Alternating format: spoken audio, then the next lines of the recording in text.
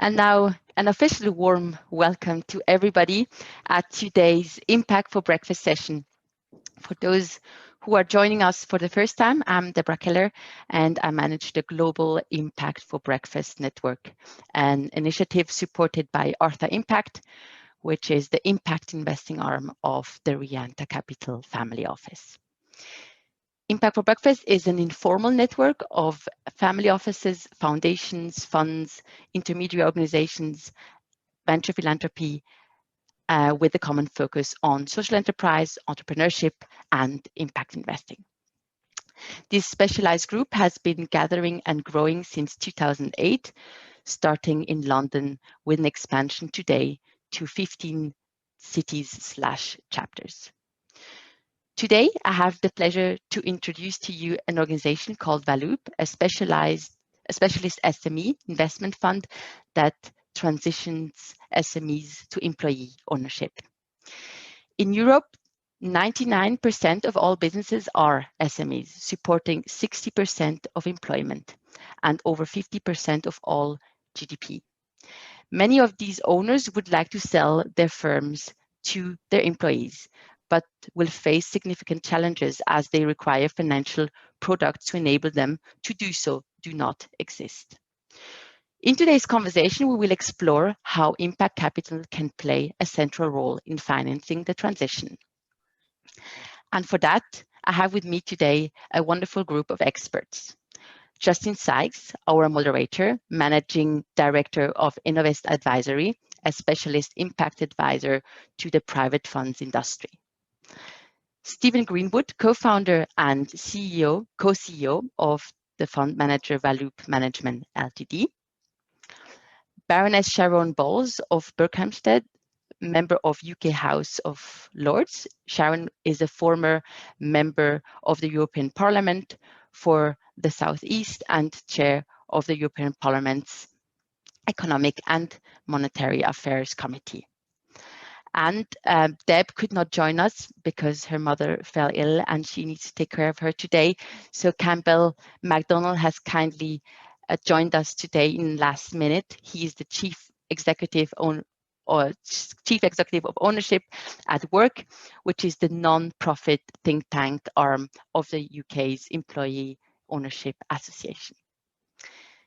Before we start, I want to inform you that this session is being recorded. We will share the link with you to the recording after the event in a follow-up email, and you are welcome to share it with your network or colleagues that are interested in the topic we're discussing today. As always, your thoughts, welcome, comments, ideas are welcome in this conversation. After the main part of the conversation, we have a dedicated Q&A slot where we'll try to pick up all the questions. And now, with no further ado, over to you, Justin. Thank you very much indeed, Deborah, for that wonderful introduction, and thank you for hosting this really important conversation today. So I think the format today will be around 30 to 35 minutes of moderated Q&A where I will be asking Sharon, Stephen, and Campbell questions around employee ownership and this concept of, is employee ownership now becoming a new ESG asset class? So we'll dive into the concept, the background, the history, some of the challenges associated with transitioning to employee ownership, and dive into specific detail around how access to finance and the appropriate financial tools are critical in facilitating the growth and scale of the employee ownership sector. So based on that, I'd like to start the conversation. The COVID-19 pandemic has thrown sharply into perspective inequalities in our society, whether that be low-income workers in the hospitality trade who are the first to be furloughed whilst white-collar workers work from home, or residents of dense social housing in urban areas facing lockdown with no access to privacy or green space, while others have, large gardens.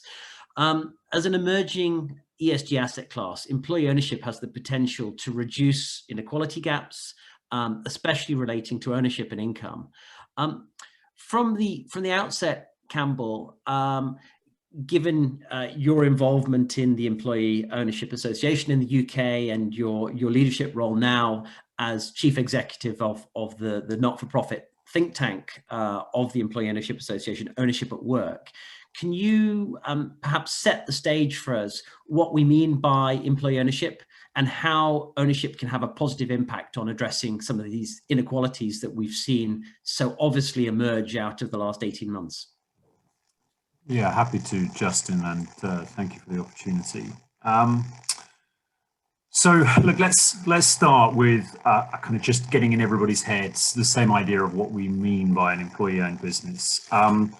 So an employee-owned business is one that invites all of its employees collectively to own a meaningful percentage in the business and critically gives them a stronger voice within the business. So that combination of, you might call it a stake and a say, changes the deal on the table for individual workers. And that produces what the EOA calls sort of the employee ownership whoosh effect. And what you see typically in a business that does that effectively then is a set of benefits to the business, which can be pretty impressive: higher productivity, greater innovation, faster growth, better resilience through tough times. So that's great for the business. But what we're increasingly trying to do, and what I'm trying to do at Ownership at Work, is really broaden the understanding of the richness of the impact, and particularly the non-financial or commercial impact that employee-owned businesses have. And what I would invite you to do, therefore, is sort of think of two additional areas of impact that, there is some evidence that supports it incredibly well, but actually in the UK, we've got some gaps and we're really trying to kind of fill those. So, the one area is the manifest difference it makes to the lives of individual workers. And that is a combination of a number of things. So yes, more take home, so wealth building. And there are plenty of employee-owned businesses that exist in sectors like manufacturing, wholesale and retail, care, where you've got businesses which have large bases of workforce who are on kind of, low pay, if not, kind of living wage or minimum wage. And that wealth building makes a real impact. But then there's some other things going on as well. So employee-owned businesses will typically, go over and above to invest in development of their employees. The nature of giving employees additional voice, sharing business information with them as owners, shareholders, helps raise levels of financial literacy, confidence, and so on. And so you see a real marked, impact in terms of skills and capability. And then what you typically additionally see is a sense of uplift. A kind of sense of well-being and confidence that comes from being an owner in a business. So there's a set of individual impacts which are incredibly important and start to translate out into communities and into the households of those individuals. And then the other category is sort of if you like, the more macro impact that these kinds of businesses can have in a local community, in a local area. The very fact of transitioning a business to its employees rather than a sale to an external party will quite often retain wealth, corporate assets, spending power within a local community, holding jobs within that local community. What you'll also see, and this is the really interesting bit, so as you mentioned, pandemic has really sort of shone a spotlight on a pre-existing structural flaw in our economy, I would argue, which is sort of structural inequality, wealth and asset inequality, but also lack of meaningful spread across diverse and inclusive cohorts within the population. And of course, if you've got a model which is highly equitable and puts ownership into the hands of everyone in a business, you are by definition starting to address some of those structural inequalities. So look, I've got some stats which I can put in if it's helpful, but I'll pause there and let others speak for a minute. Great. Thank you very much, Campbell. And I think those stats later on in the conversation will be really worthwhile. Turning to you, Sharon, I think on that macro point, I think it's really interesting where you sit in the UK House of Lords. What does it mean to the UK agenda? I think particularly in this period of time where we're coming out of a very difficult economic period after 18 months of COVID. What in a UK context, what does it mean by having more SMEs transition to employee co-ownership?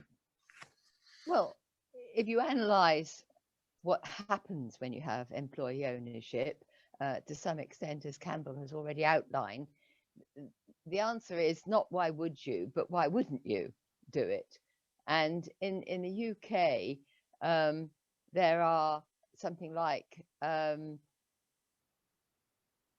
85,000 businesses that need to transition away from being sort of family-owned businesses or other things, and a lot of them have not even yet planned how they're going to do that, and so often, they may fade away and die, and part of the reason for that is that there isn't enough information available from advisors about transitioning to something like employee ownership. And it could be one of the biggest sort of ways to transfer wealth both to the hands of individuals, but also to root it locally within the economy. If the option, because of the time available, only becomes that you can sell on in a trade sale, then quite often a local business is lost into some larger headquarters somewhere else. And so it fits entirely with the whole agenda of how to level up. Regional mayors are getting very interested in it from the localism aspect of how to root the wealth and the jobs in the community. And of course, through COVID, we have seen much more the benefits of having a thriving local economy and the desire of people to be working in local areas rather than going into sort of long commutes. So there's a social change that is going on, as has already been referenced, partly through COVID, and there's a social change that needs to happen. And the most powerful instrument that we probably have to do that is actually employee ownership, because it also does all of these good works, all of these social things automatically, and increases productivity. Why wouldn't you? Yeah, great. And just a follow-up question to that, Sharon, do you feel that there is a conducive public policy environment in the UK to support this agenda, or is that work in progress?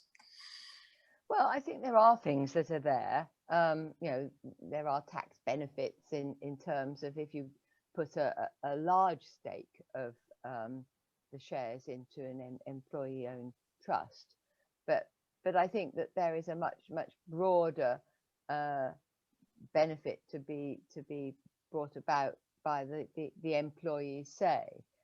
I think some of it is still a work in progress because people don't distinguish between, say, when employees own some shares through share schemes and employees who actually have a say through, whether that be through an employee ownership trust or just from the mechanism of giving them voice and the sense of ownership. And it is that genuine sense of ownership and voice that gives what's been called the Whoosh effect, because employees don't feel that they can't advise about how to improve the business in quite simple ways quite often. they don't feel they're going to be told to mind their own business, and so it helps to break out from siloed thinking, and it's that probably underlies the productivity. And the UK can't afford not to look at productivity, so it's waiting to happen. I think there is cross-party political will about employee ownership. It is just a question of getting the enabling mechanisms there, which is down to the advice and the financing and those mechanisms. Great.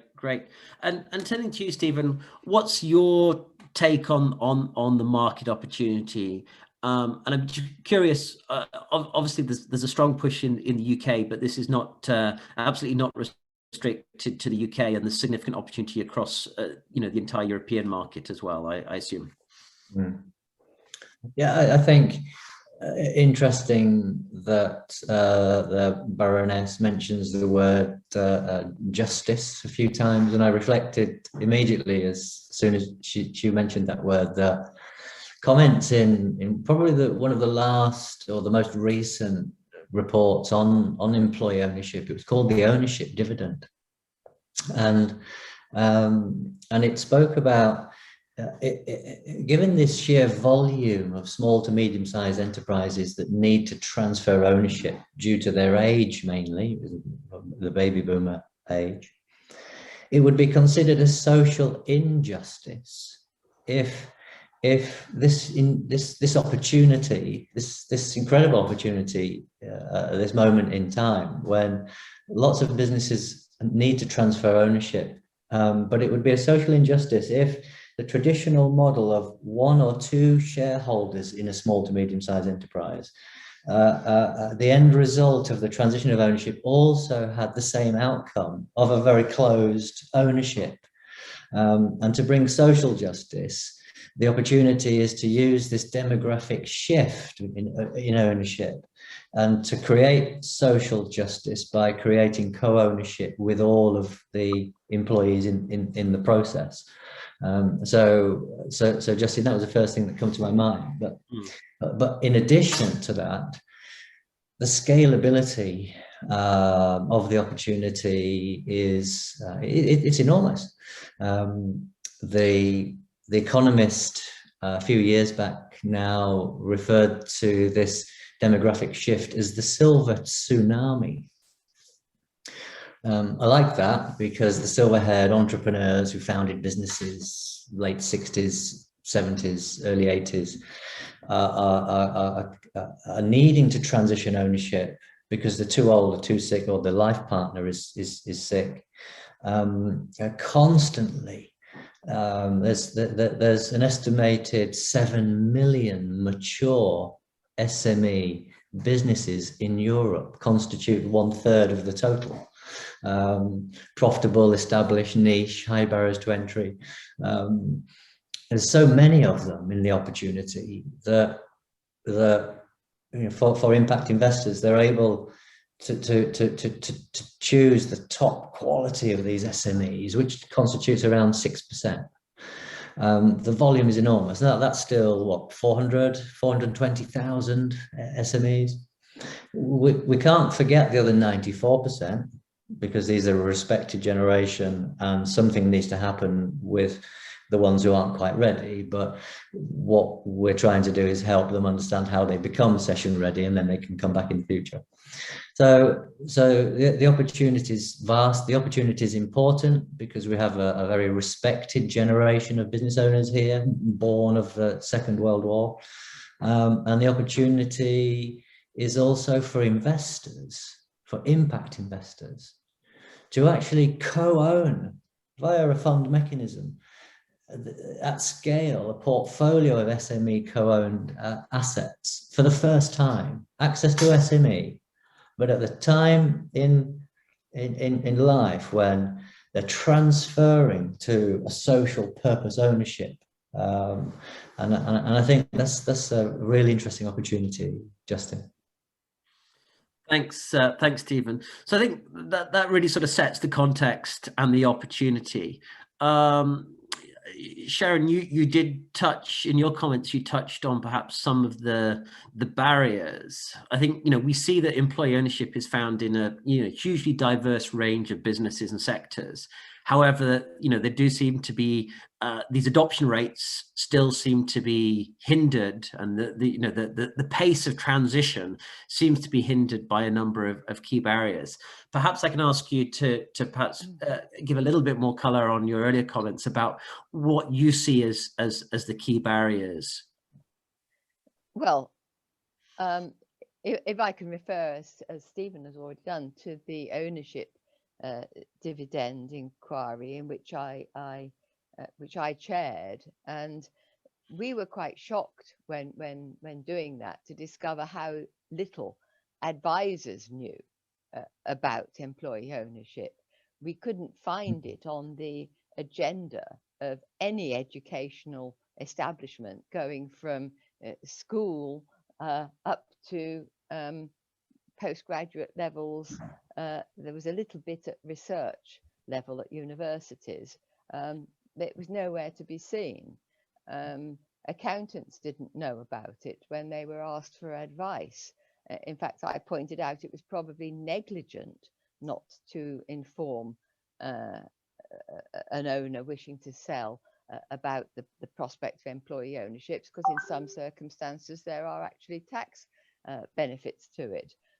But the main reason for doing it is because quite often it will enable the ethos that the founders have generated to continue with their loyal staff in their location, as I have mentioned. So there was this whole range of having to get the message out there and get it out there early enough, because if you're going to set up a trust and these other things and involve the employees in the transition with their understanding of what that means for them, get the management team that is going together, that is going to take it over, this all takes time.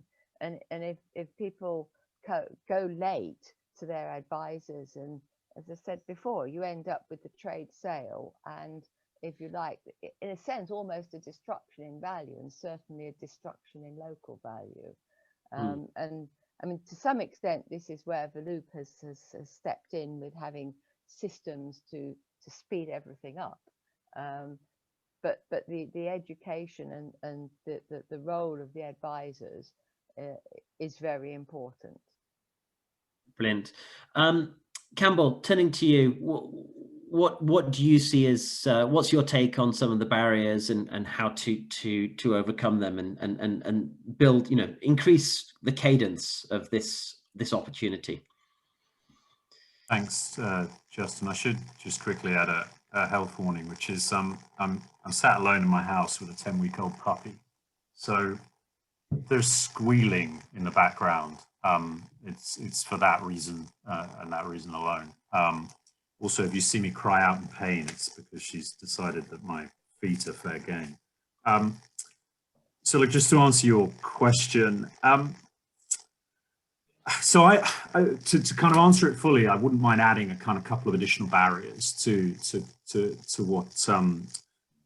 what Baroness Bowles has mentioned. So I absolutely agree, the kind of lack of awareness, but it's more than just, and the professional advisor cohort are absolutely critical, as is the sort of access to knowledge and learning. But you know what, actually you can see underinformed attitudes and assumptions about employee ownership all over the place. Mainstream business press coverage of the sector, an obsession with John Lewis Partnership. John Lewis Partnership is a fantastic business, but it is by no means the only organization, by no means the only large organization in this model in the UK. Our Mcdonald, Soprasteria have strong employee ownership model. And then as you go down, we're starting to see some really kind of better known names like Aardman Animation, like Richer Sounds, like Riverford Organics kind of coming into the sector. So first thing to do is to say there's a whole job to do really around raising awareness of the model, and also learning and understanding there are not really the same kind of early learning tools, if you like, diagnostic tools, things that if I'm a business owner and I've only just come across this as a sort of meaningful lever for me, how do I know if it's right for me? How do I know what type of ownership is right for me? So I think there's work to do there around those kind of materials. As I mentioned earlier, I think the outcomes evidence base needs to be stronger. It is not as consistent and it's not as rich as it needs to be in the UK. When we reach for some of those statistics, we find ourselves reaching to places like the US where they've got a much stronger, kind of underlying data set. And then I think we touched on this already, but I do think there's changes we can make to the policy environment to kind of dial up even from where we are. And then there's the access to capital point, which is sort of one where Valoop is incredibly innovative and really trying to kind of flatten those barriers to take that out of the way. And I think your question to me, just very quickly, was therefore, so how do we address some of these? So, I think there's a whole lot of stuff that we can do collectively to raise awareness and challenge some myths.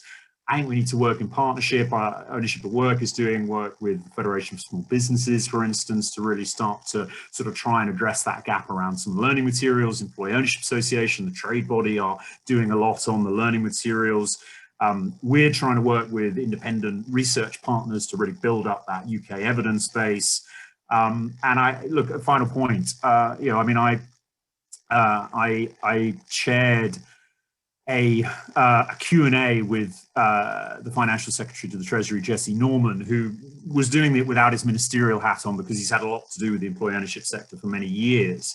And we did that on Monday at the start of this week. But look, I put a question to him that said, kind of look at this wider impact. This has to be a good thing.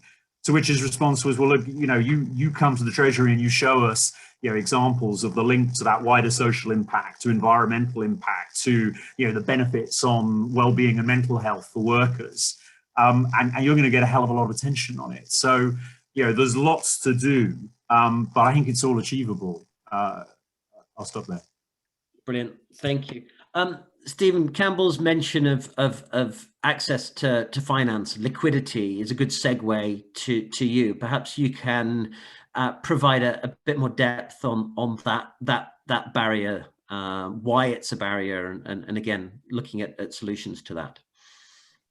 Sure. Well, it's sad to say, but the global financial crisis 10 years ago is still having an effect. And what happened during that event was that the liquidity that would normally be available for a small to medium-sized enterprise to complete a sale and purchase, a transfer of ownership where the outcome was that the business remained independent, not merged, absorbed into another organization, but it remained independent.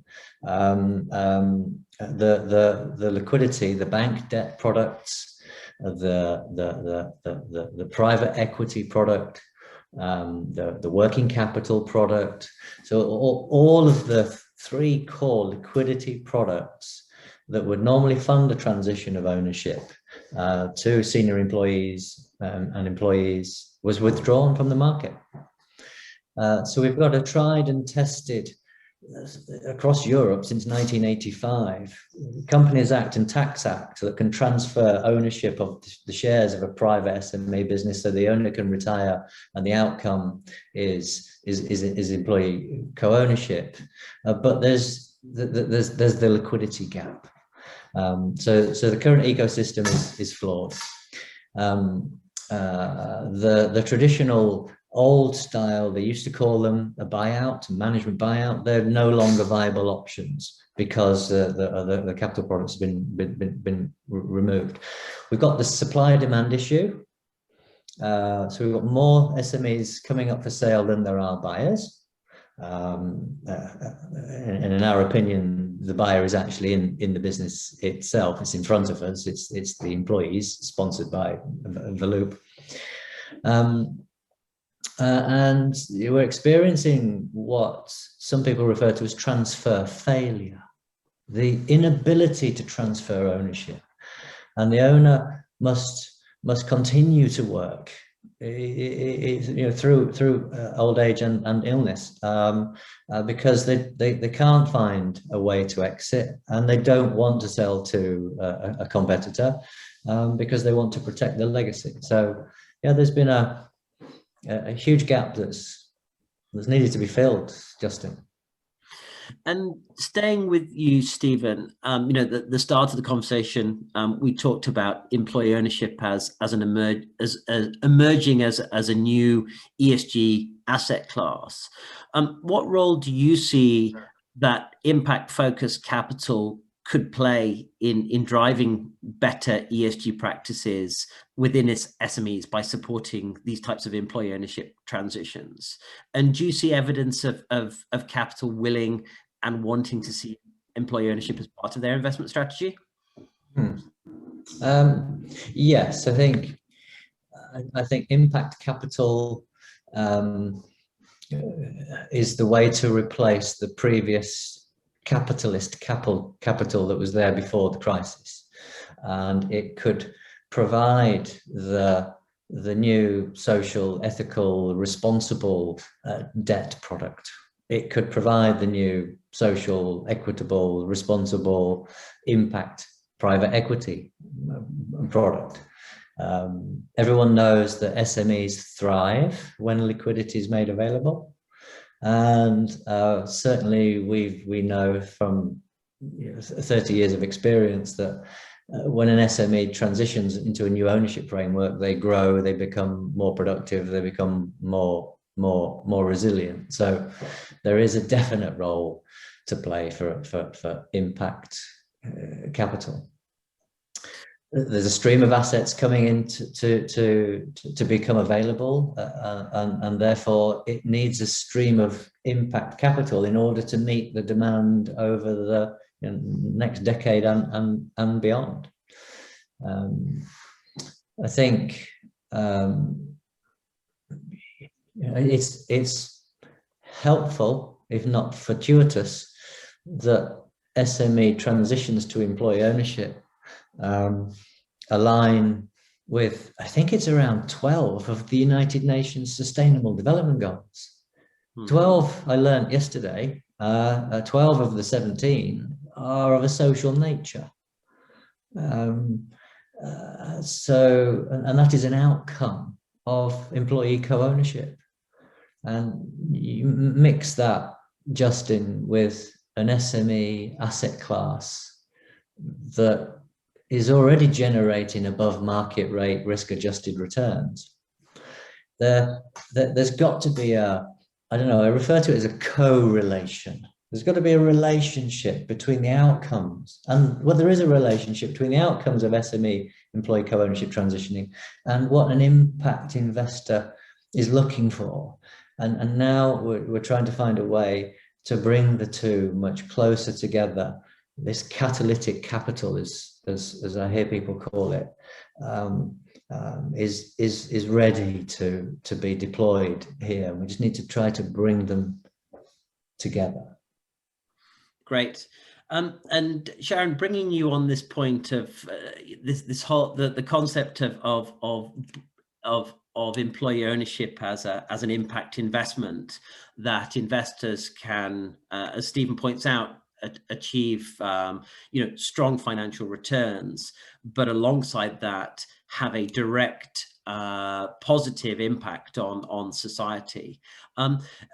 What's your take on this, Sharon, in terms of how capital can deliver a positive outcome through investing in the employee ownership transition? Well, I mean, if you invest in an employee ownership transition, then you're investing in an SME that will stay more local in all probability. That means local jobs. This is particularly important in some areas. That's beneficial then to the communities.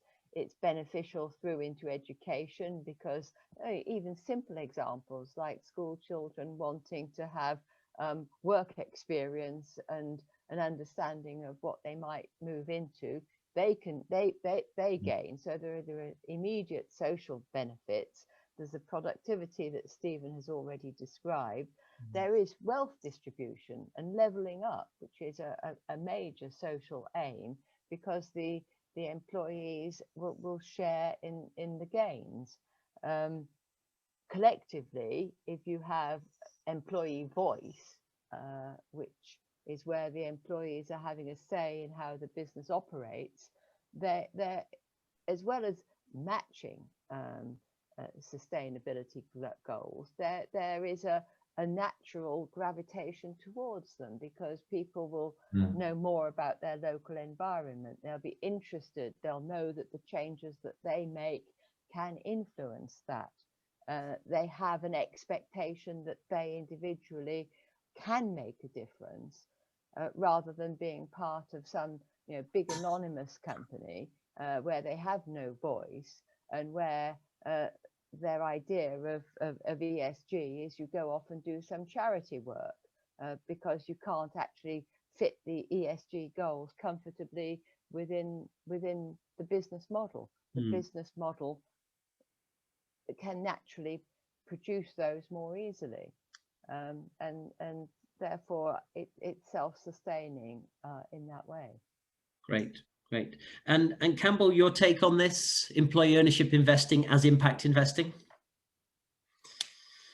Yeah, so look, I mean, yeah, the primary question that I asked, I became chief exec of the think tank about sort of 7-8 months ago, and the primary question I set out to answer was, why employee ownership, why now? And I think the answer to that is the same answer to why employee-owned businesses are a good ESG asset class.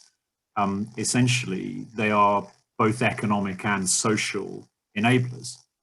If you want something that is going to create an explosion of productivity, which is frankly what we need to drive economic recovery in the country, but one that is grounded at the level of regions and local communities, and at the same time, addresses both the welfare of individual workers, who, let's face it, many of whom are completely fatigued after kind of 15 months of lockdown working conditions, or disengaged with work, having been on furlough. We know that group, that group of employees are now going to have even more asked of them over the upcoming years. So a model that absolutely kind of pays something back, if you like, to the effort that's coming from that group is absolutely critical. And at the same time, it starts to address some of those underlying structural inequalities that we mentioned. And the combination of those two things, it feels to me, makes it an absolutely perfect lever to drive the kind of responsible productivity we need to pull out of this pandemic. And so for that reason, I think it's an absolutely timely, as well as a manifest candidate for an ESG asset class. Fantastic. So I think we've sort of talked in general terms around the alignment between employee ownership investing and ESG and impact investing. I think maybe it'd be good to specifically turn to the Valoop model, Stephen. Valoop's been very carefully designed as a fund to support the needs of the market through providing those innovative financing models that previously have not existed. Can you tell us a bit more about the Valoop model and the ways that you're providing a solution to those challenges that we discussed earlier today, Stephen? We would, and as do investors, refer to the Valoop Social Impact Fund as a private markets fund. I like the phrase private markets collective, and what I mean by that is all the products that went missing in the crisis. We've had to rebuild and redesign, iron out the flaws, but actually put them all together in one place, so it's more efficient to have one-stop shop, in effect, to provide the asset finance, the debt, the impact equity, and the working capital, whatever the business needs to transition ownership and allow the retiring owner to retire, but also then to help provide the liquidity for the business to grow and evolve itself into an ESG aware organization, and itself into becoming digitally ready. So it's transition and growth. And what we were really impressed about with being able to provide all 6 private market products from one fund, it gave the investors the opportunity to acquire participating preference shares in the fund. So they have, that's their asset class that they've invested in.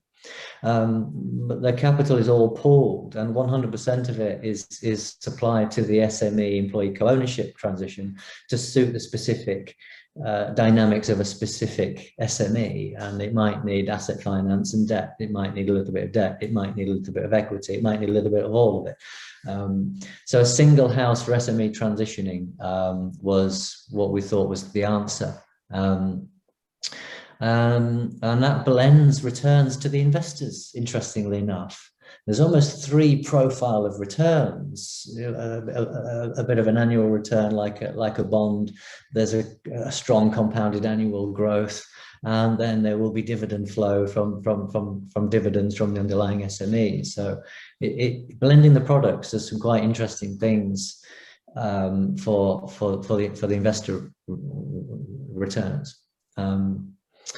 The key point for us is when a transition is affected, that the employee co-ownership begins immediately on day one. So as I said before, yes, the products have to be sustainable, and they have to be ethical, and they have to be responsible, and they have to be transparent.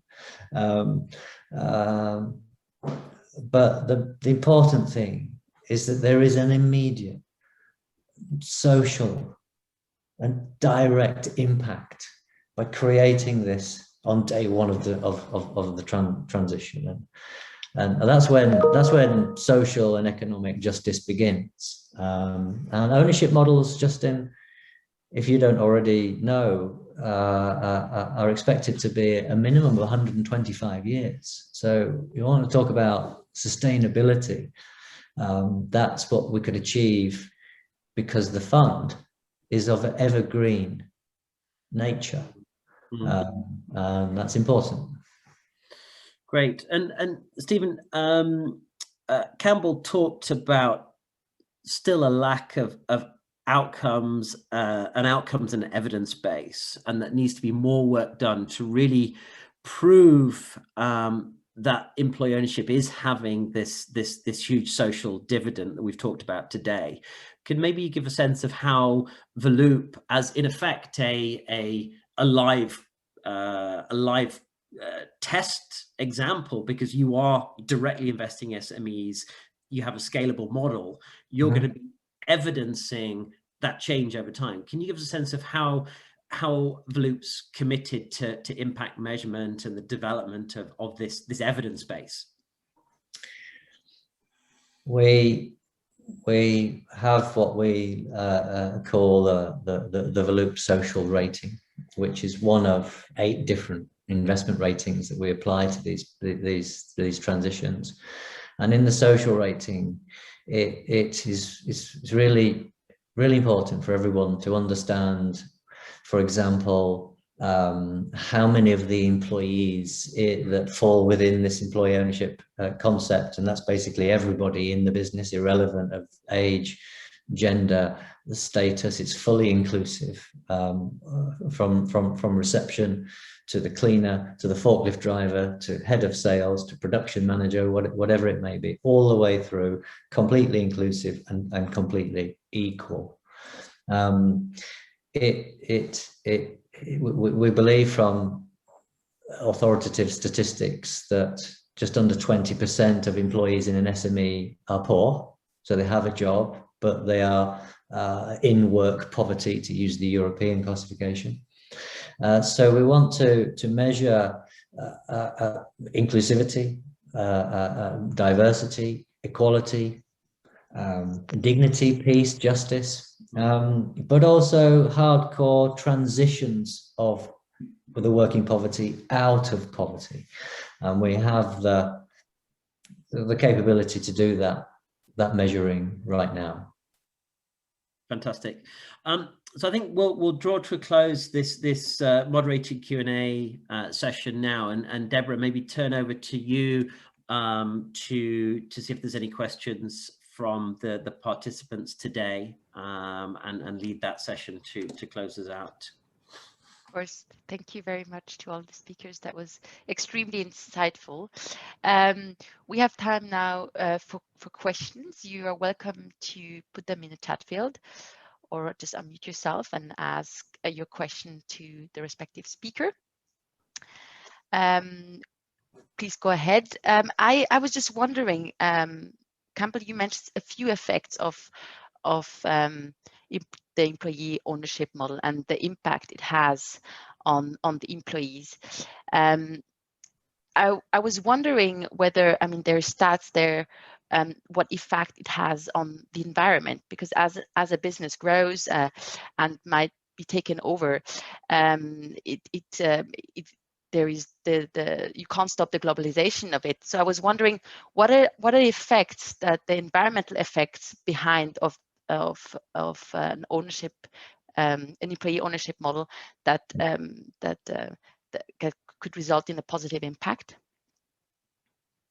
So look, Deborah, thanks for the question, and it's a really good question. And cards on the table. This is one of the areas which is not kind of proven. And what I mean by that is the lack of evidence. We've got kind of rich anecdotal evidence, and what we see when you look around the sector is kind of a lot of commonality in terms of responsible corporate citizenship. There's quite a significant number of B Corps across the sector. You've got the likes of Julian Richer and Richer Sounds, who kind of created his own good business charter. You see a lot of attention paid to values-led, purpose-driven kind of businesses. But what we don't have is the kind of data set that says, okay, there's a set of things we can probably claim that are intentional through the model. The benefits to individual employees, the knock-on benefits to households and to communities but some of that stuff, like the environmental stuff, the claim is going to be correlative, and therefore it needs quite a big, wide research piece over a period of time that actually says, okay, let's track a group of EO businesses against a group of non-EO businesses and demonstrate the difference. So I don't want to pretend to have evidence in the UK that we don't have, and the environment piece is one where we're weaker at the moment. But like I said, I can overnight introduce you to sort of 30 odd exemplar businesses across a whole range of sectors that report on non-financial factors, including environmental sustainability, and are leading the way. So I hope that's an honest answer.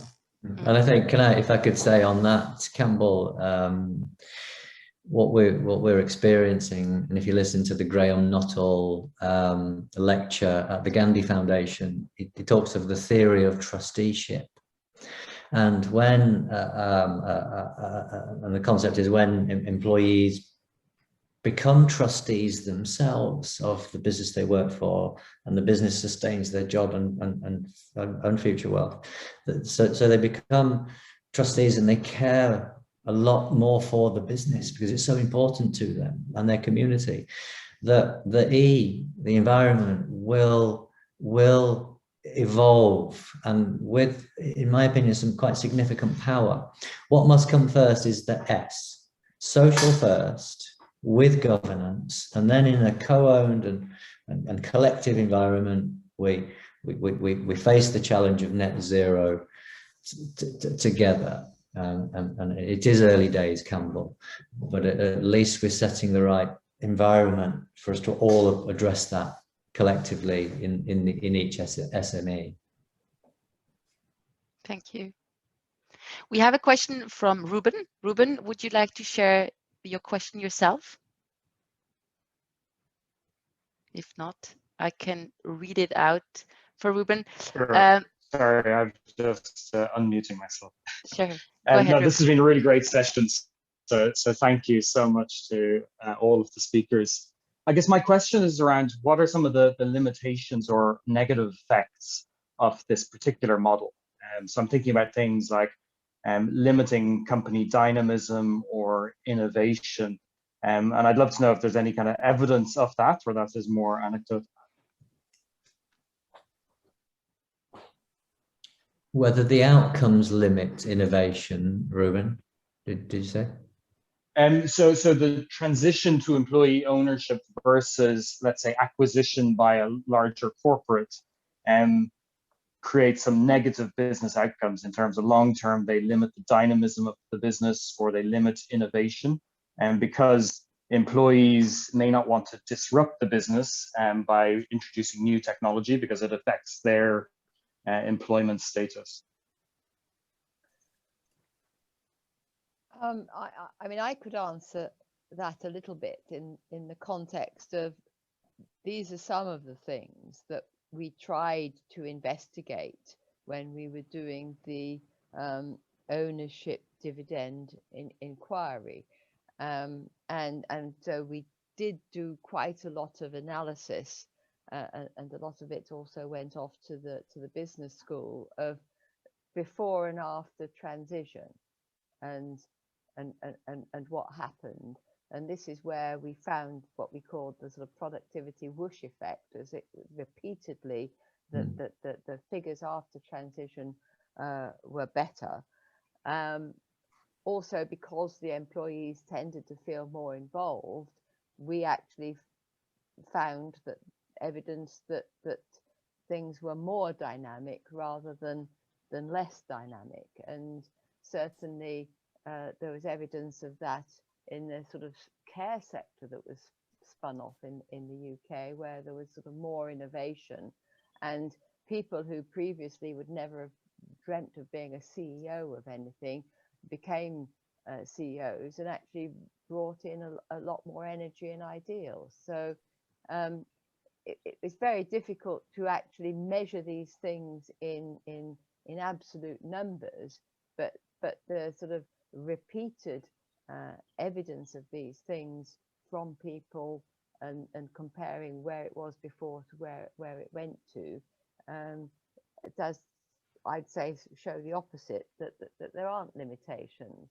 And I mean, a lot of smaller businesses, I mean, if you look at things like challenger banks, they're always being bought up by the big banks, and that's a cheap source of innovation for the big banks. So it's often smaller organizations that have got to get up and go. So I don't see that big is always beautiful.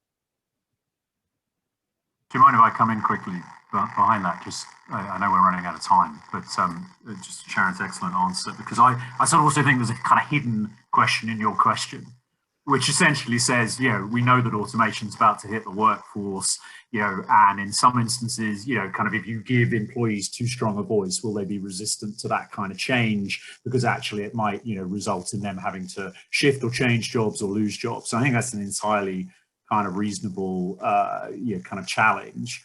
But, you know, I think, and I'm now going to go against what I said previously. Now I'm going to use a John Lewis example. Now that's a business that's struggling because the retail sector more broadly is struggling. But what you see is them paying fundamental attention to how do we retrain and refocus and reuse the employees that we have in the business, whilst introducing, you know, technology that is going to allow us to keep pace with our competitors. And it kind of slightly goes back to the concept I mentioned previously of responsible productivity. I think what you see is, you know, kind of innovation and change that comes from, but also pays attention to the welfare of that employee group whilst it happens. And we really need that to be the case. And the final observation I make is, you know, you look at some of the kind of growing sectors of the economy, kind of gig economy and things like that.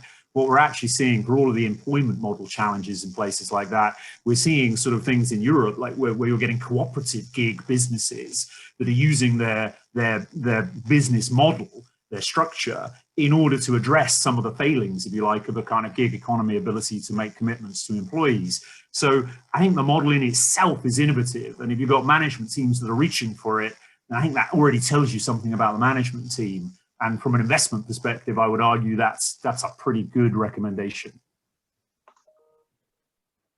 Thank you. we don't have much time left, and I see more questions coming in. So therefore, I will share the speaker's contact details so you can follow up with them. But we have time to cover one or two more. Derek, you have a question. You're welcome to unmute yourself to share the question yourself. Yes, good morning. Thank you very much for this very interesting discussion. Yes, the angle of digitization, I was wondering if it could maybe lead to new forms of governance, bringing together, let's say, various EUs together based on their competencies, and maybe even fundraising mechanism, which could be more fragmented and individually driven, both on the positive but also on the negative side. So I was just wondering to have your perspective on this. Thanks so much.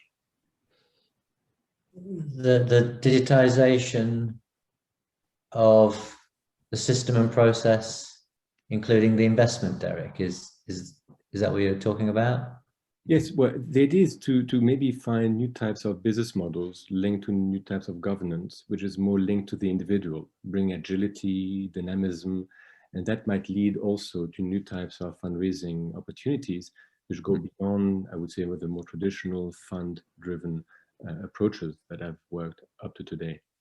I think it's an exceptional comment, and yeah, the future of the scalability of SME employee ownership transitioning will be heavily supported with digital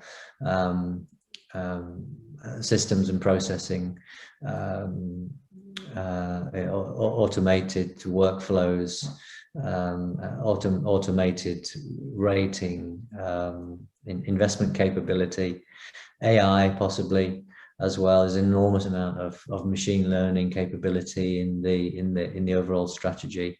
So I think your point is very valid, and there are a number of individual business models within what you've said, actually. So happy to explore that in further detail some other day, Derek. Thank you. Before we close, I just have one final question. As we all have huge networks, I was wondering to hear maybe from all of you, how can we all contribute to development? So what is needed to help the development in that sector? We are, after 5 years of a think tank, 2010 to 2015, to create the new products, the systems and processes and the ownership frameworks. The fund has been operating with real investments, with family offices, funds of funds, for five years, proved the concept incredibly well in terms of alpha. And now we are effecting what we lovingly call a giant live lab test, where we are now wanting to transition not just 10, which is how we've proved concept so far, but 250 SMEs to employee co-ownership, Deborah. 250 over the next 3 years, and that will give us the largest portfolio of employee co-owned SMEs on the planet. And from that will be extensive research, analytics, measurements across all of our 12 UN SDGs. That's our current mission: get 10,000 employees in SMEs in employee co-ownership, 250 businesses, all independent, diverse sectors, and let's really measure the outcome. So that's just something I'd put on the table. Thank you, Stephen. I mean, if I could comment on that, I think one of the things that everybody can do is start to talk about this as a mainstream system, and it should become something that is mainstream to invest in, not as to some extent it is at the moment, a matter for professional investors.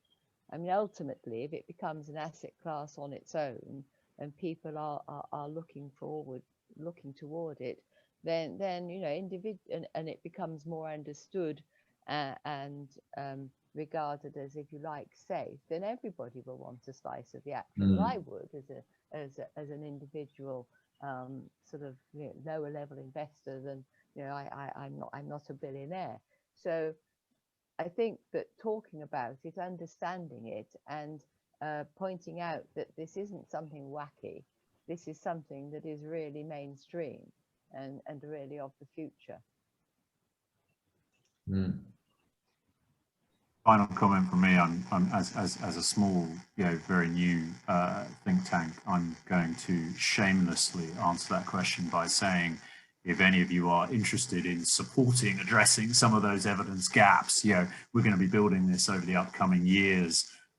So by all means, absolutely reach out. I can show you the depth and the richness of what we've currently got, but also, kind of where we want to get, toe to toe with the US on the quality of the social impact data.